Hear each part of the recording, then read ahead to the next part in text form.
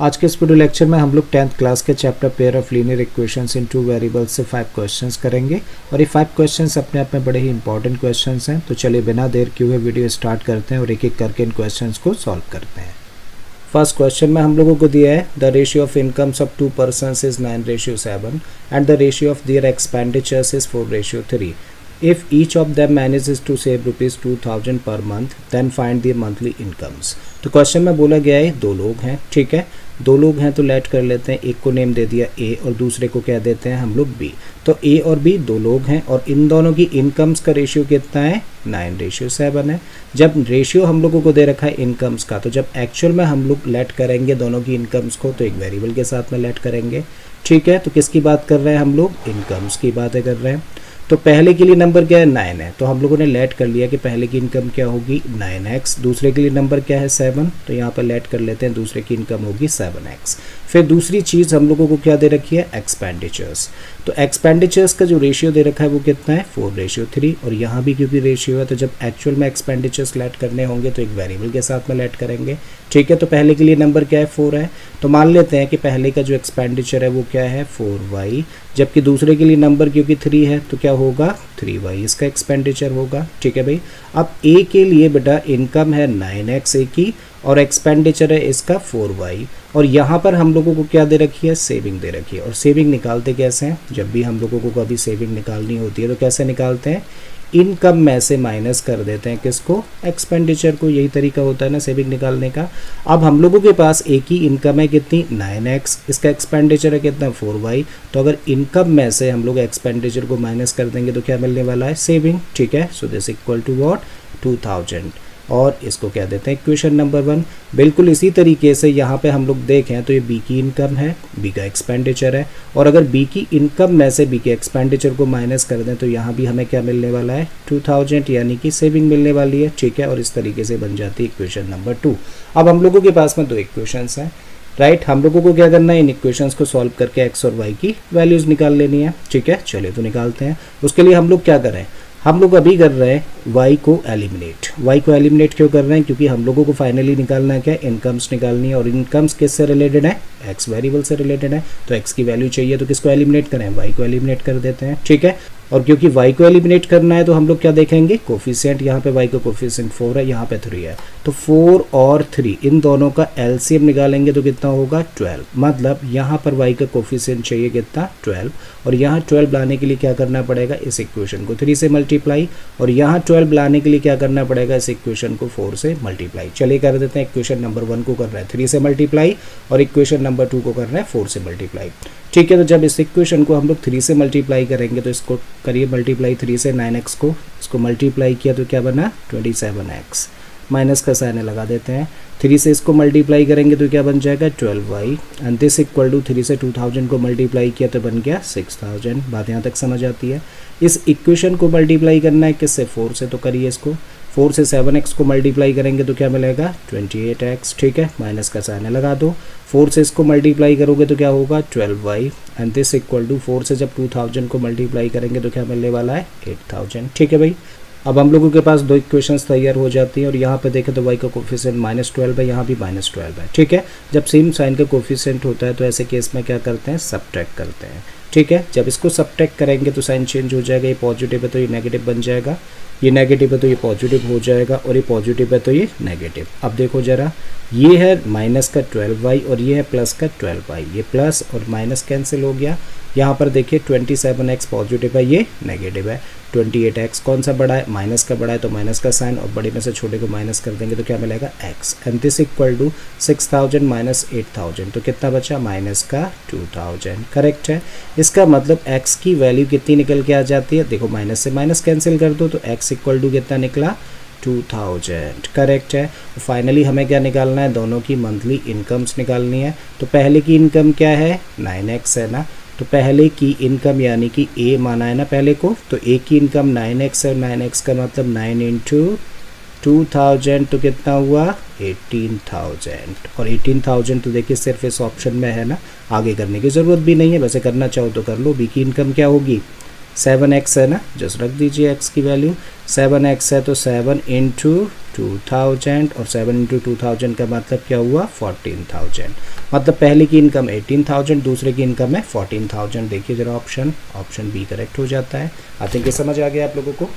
अब second question में हम लोगों को दिया है the system of equations 2x plus 3y equal to 7 and 2ax plus a plus b into y equal to 28 has infinitely many solutions then which of the following relations is correct. तो question में हम लोगों को यहाँ पर pair of linear equations दे रखी है, ठीक है, लीनियर इक्वेशंस का एक पेयर है और बोला गया है कि इस पेयर के इनफाइनाइट नंबर ऑफ सॉल्यूशंस हैं, तो इनमें से कौन सा रिलेशन करेक्ट है, ठीक है। तो एक बार दोनों इक्वेशंस को हम लोग लिख लेते हैं।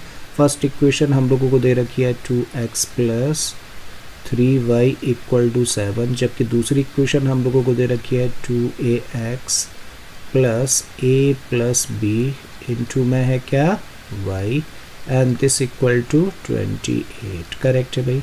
तो ये है फर्स्ट इक्वेशन और इसको हम लोग मान लेते हैं सेकंड इक्वेशन। करेक्ट। तो जब भी कभी इस तरीके के क्वेश्चंस हो जहाँ पे बोला जाए infinitely many solution, no solution या फिर यूनिक सॉल्यूशन जैसी कंडीशन हो, तो हम लोग क्या करते हैं, या तो इक्वेशंस में जो कांस्टेंट टर्म है वो इस साइड में हो इक्वल के दोनों ही इक्वेशंस में, या फिर दोनों ही इक्वेशंस में इक्वल के दूसरी साइड में हो कांस्टेंट टर्म, राइट। तो यहाँ दोनों इक्वेशंस में देखा कि इक्वल के बाद में तो कोई टेंशन नहीं। अब हम लोगों को दिया इनफाइनाइटली मैनी सॉल्यूशन की कंडीशन, और जब इनफाइनाइटली मैनी सॉल्यूशंस है तो इनफाइनाइटली मैनी सॉल्यूशन की कंडीशन क्या होती है, a1 upon a2 equal to b1 upon b2 equal to c1 upon c2। मतलब x के कोफिशिएंट्स का रेशियो, y के कोफिशिएंट्स का रेशियो और कांस्टेंट टर्म्स का रेशियो, तीनों का रेशियो कैसा होना चाहिए, इक्वल होना चाहिए। चलिए इस कंडीशन में वैल्यूज फिट कर देते हैं। a1 का मतलब इक्वेशन नंबर 1 में x का कोफिशिएंट जो कि कितना है 2 है, रखिए इसके प्लेस पर। तो हम लोगों ने रखा 2 अपॉन a2 का मतलब सेकेंड इक्वेशन में x का कोफिशिएंट जो कि कितना है 2a and this must be equal to b1 upon b2।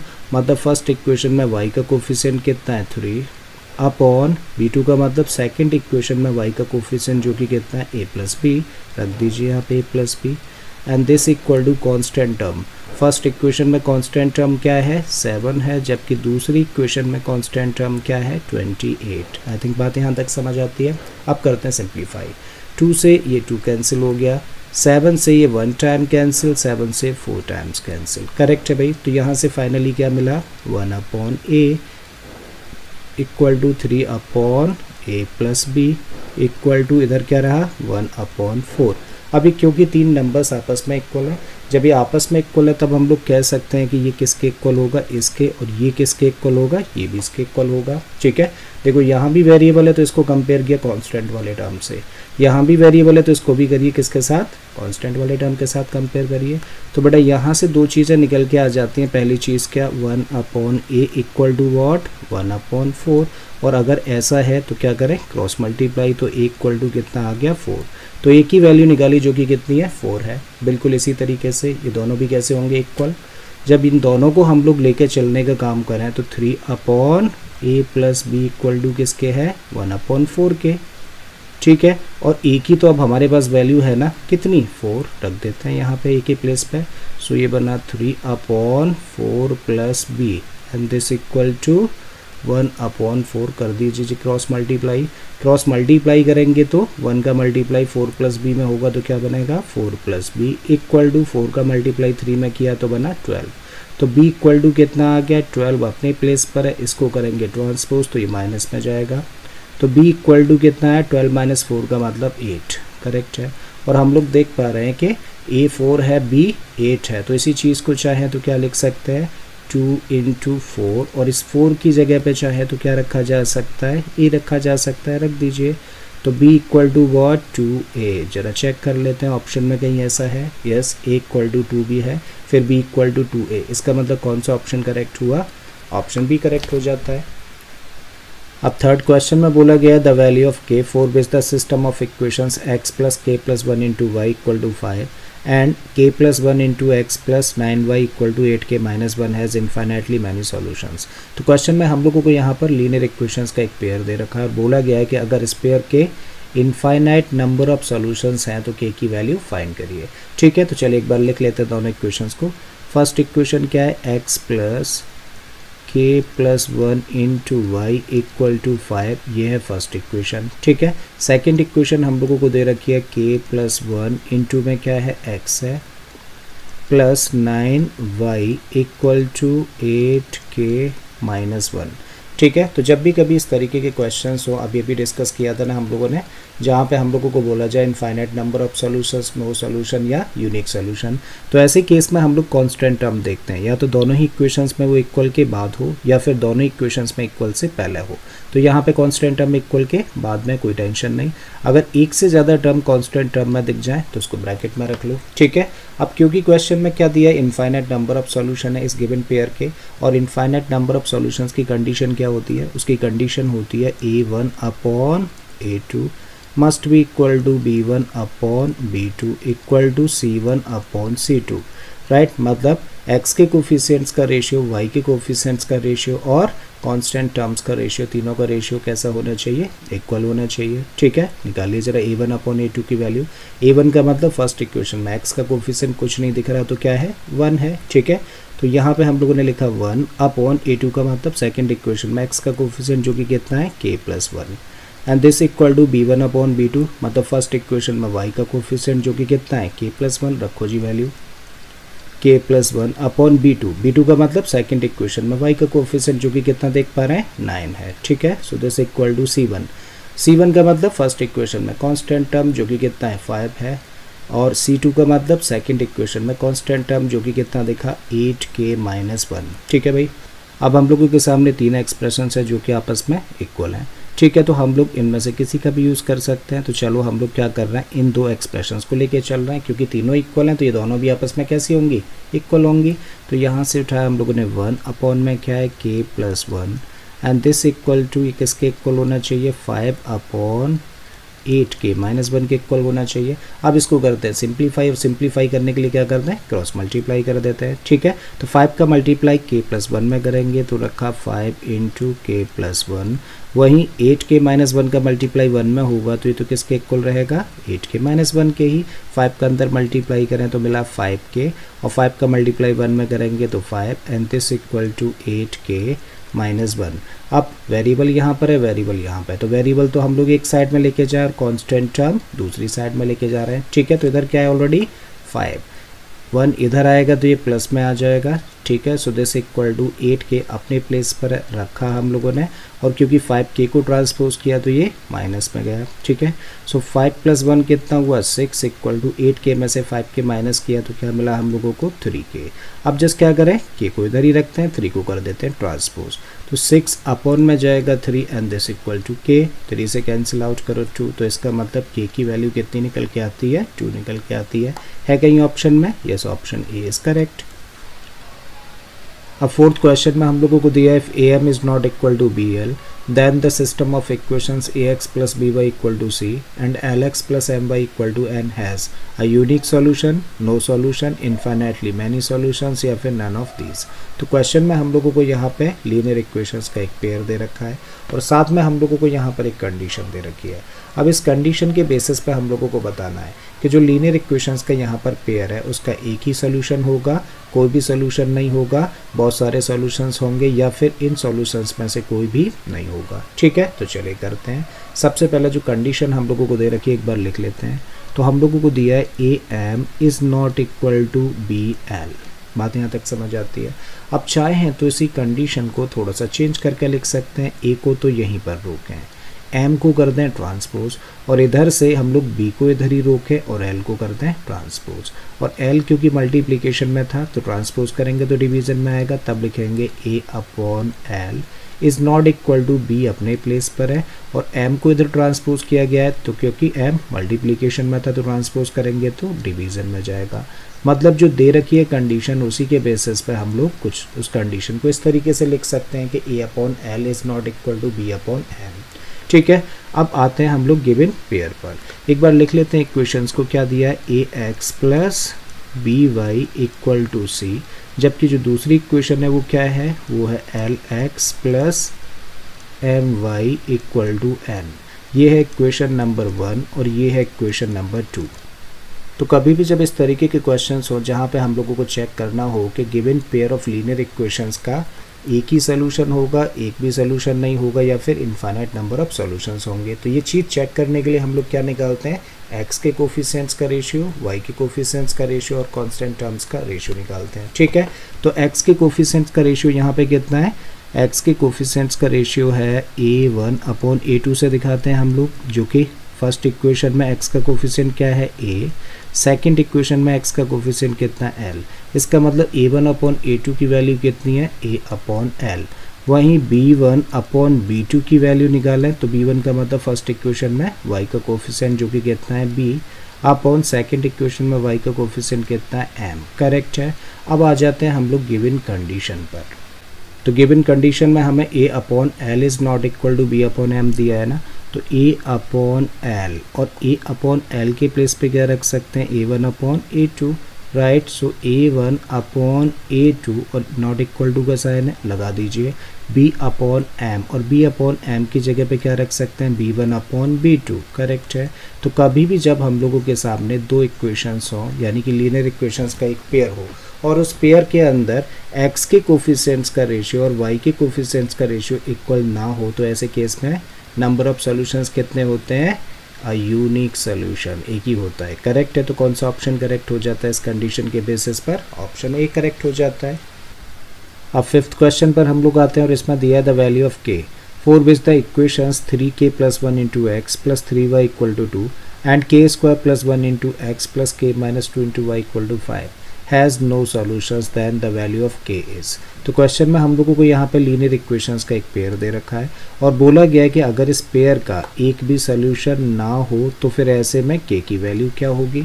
ठीक है, तो क्या निकालनी है हम लोगों को, k की वैल्यू निकालनी है। तो चलिए एक बार सबसे पहले क्या करें, जो लीनियर इक्वेशंस का हम लोगों को पेयर दे रखा है, दोनों इक्वेशंस को एक बार लिख लेते हैं। फर्स्ट इक्वेशन हम लोगों को दे रखी है 3k + 1 इंटू में क्या है x + 3y = 2 प्लस 3y = 2। तो ये है फर्स्ट इक्वेशन। जबकि दूसरी इक्वेशन क्या है, ये है k² + 1 इंटू में x है plus k - 2 into y and this equal to 5 दिया है। ठीक है, सो हम लोगों के पास में दो इक्वेशंस हैं और बोला गया है कि इन दोनों इक्वेशंस का कोई भी सॉल्यूशन नहीं है, मतलब इस पेयर का कोई भी सॉल्यूशन नहीं है।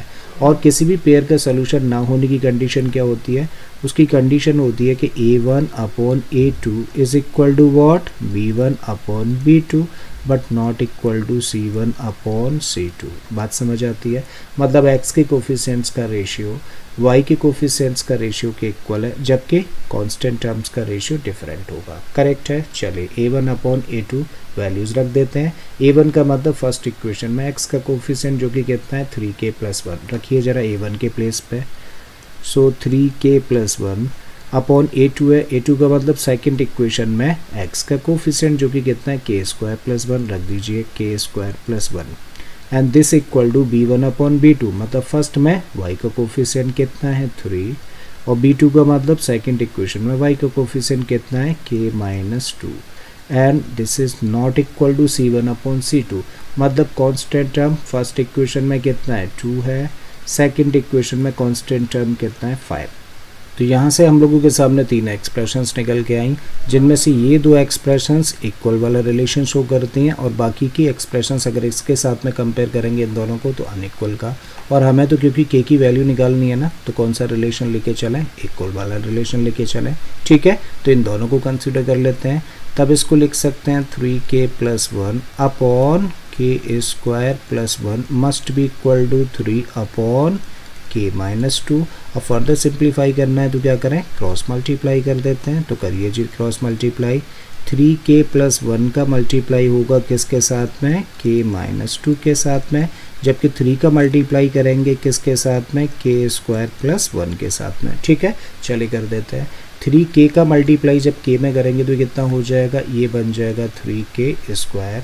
जब 3k का मल्टीप्लाई -2 में करेंगे तो ये कितना हो जाएगा, -6k। ठीक है, अब 1 का मल्टीप्लाई k में करेंगे तो ये प्लस का k होगा, जबकि 1 का मल्टीप्लाई -2 में कर दें तो ये कितना होगा -2 एंड दिस इक्वल टू 3 का मल्टीप्लाई के स्क्वायर में करेंगे तो ये हो जाएगा 3k स्क्वायर, जबकि 3 का मल्टीप्लाई 1 में किया जाएगा तो क्या मिलेगा हम लोगों को 3। ठीक है, इक्वल का साइन यहाँ पर है और हम लोगों ने देखा कि इक्वल के इधर 3k स्क्वायर है और इक्वल के इधर भी 3k स्क्वायर है। कभी भी जब इक्वल के इधर उधर सेम साइन के नंबर्स हों तो वो आपस में कैंसिल। ठीक है, अब क्या बचा -6k + k, तो -6k + k कितना हुआ -5k -2 and this equal to what 3। हमें किसकी वैल्यू निकालनी है k की, जो कि इस टर्म में है, तो क्या करें इसको ट्रांसपोज कर दें, तो -5k = 3, तो अपने प्लेस पर और इसको ट्रांसपोज किया तो ये प्लस में जाएगा, तो क्या मिलता है -5k = 3 और 2 कितना हो गया 5। ठीक है, k चाहिए, करिए जी इसको भी ट्रांसपोज, तो k = 5 अपने प्लेस पर है और -5 को ट्रांसपोज करेंगे तो क्योंकि k के साथ मल्टीप्लाई कर रहा था तो आप डिवीज़न में जाएगा। ठीक है, कैंसिल आउट हो गया 1 टाइम, इसका मतलब k की वैल्यू माइनस का साइन है ना तो लगा दीजिए और यहाँ पर 1 है, तो k की वैल्यू क्या निकल के आ जाती है -1। चेक करिए जरा ऑप्शन, यस ऑप्शन डी में देखा हम लोगों ने -1। ठीक है, मुझे उम्मीद है स्टूडेंट्स के सारे ही क्वेश्चन जो इस वीडियो लेक्चर में हम लोगों ने डिस्कस करें आप लोगों को अच्छे से समझ आए होंगे। अगर ऐसा है तो प्लीज़ वीडियो को लाइक कर दें, चैनल को सब्सक्राइब कर लें और बाकी के क्वेश्चंस के लिए आप मेरी प्लेलिस्ट में चले जाइए। इस तरीके के बहुत सारे क्वेश्चंस मैंने ऑलरेडी अपलोड किए हैं। मैं फिर से आता हूँ एक नए क्वेश्चन एक नए कॉन्सेप्ट के साथ में। Till then keep learning and thank you for watching this video.